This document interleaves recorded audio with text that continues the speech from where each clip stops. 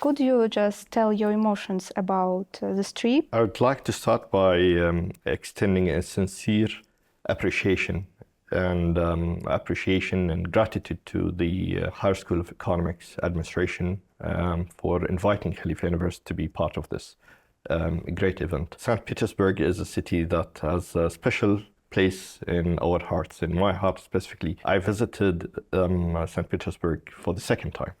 The first time was last year in July, and it was during the White Night. I had the time to educate myself about the rich and thorough and beautiful history of St. Petersburg. And you don't need to study it in papers. You just walk in the streets, and it's an open museum. Architecture, culture, arts, beauty, the bridges. Yeah. Everything about St. Petersburg is beautiful. I'm lucky to be here for the second time, and this whole event brought brilliant partners from around the world. And it's not only Khalifa University and HSE to network and connect, but also this platform offered us a unique opportunity to see universities from Southeast Asia, from North Africa, from Middle East. So other university partners that we would not meet elsewhere, we have met during those days. So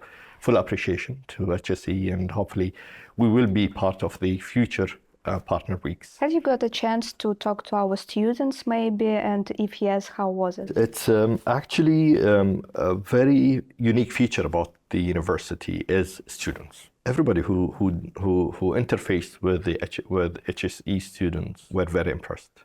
Really? Impressed, yes. And this is something that we talk between each other about, and that's because we have seen a very beautiful structure that the university has implemented to welcome the guests through employing volunteers to assist those international delegates. So those volunteers, we thought that they're well represented for HSE, very well spoken, and very much educated. But this tells us that this is a sample of the overall population of HSE students, who we now understand that uniquely selected students who really are going to be leaders in their domains.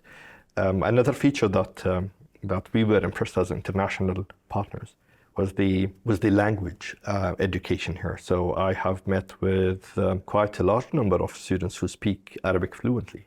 Oh. And I understand, so some of them even speak fluently that we don't believe that they have been studying Arabic for 2 or 3 or 4 years. This applies on other, yourself, you're focusing on 2 different languages other than Russian, and so like Korean, Japanese, Chinese, Arabic. So studying languages opens up doors and the horizon to understanding the cultures, understanding where the different populations, different regions, history perspective, from mindsets, so it breaks the barriers and opens the doors for homogeneity in the international and human interaction. The best way to learn about a society is to speak their language. So that's another feature that I loved about HSE and the students that interface with Khalifa.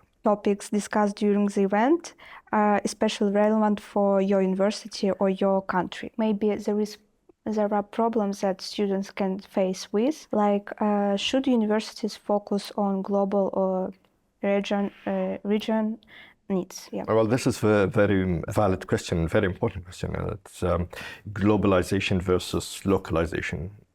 So universities are stretched to go global, but at the same time they have to be relevant to their local communities. I think from the way we did it in Khalifa University in Abu Dhabi, in the system, it's very important in order for you to be relevant globally, to be rooted locally. First of all, a university should be relevant to the local community, to the local priorities, strategic priorities of the ecosystem that Yeah. it exists. In our case, for example, Khalifa University is part of the Abu Dhabi government.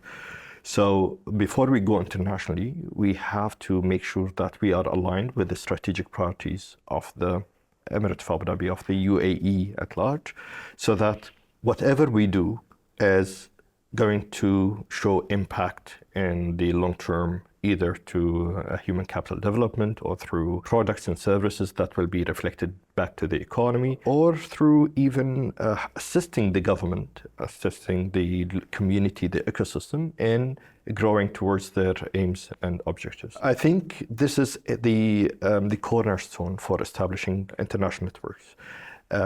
Once we make sure that we're relevant locally, it will be much easier to go globally and show that, okay, we have successfully created that ecosystem locally, and we are now ready not only to learn from the international world, but also to share our experiences. It gives you a stronger point of reference when you come to the international partners with a story to tell, with an experience to share. It's and in the end, it has to be mutual acceptance. And those are the relationships that can be sustained.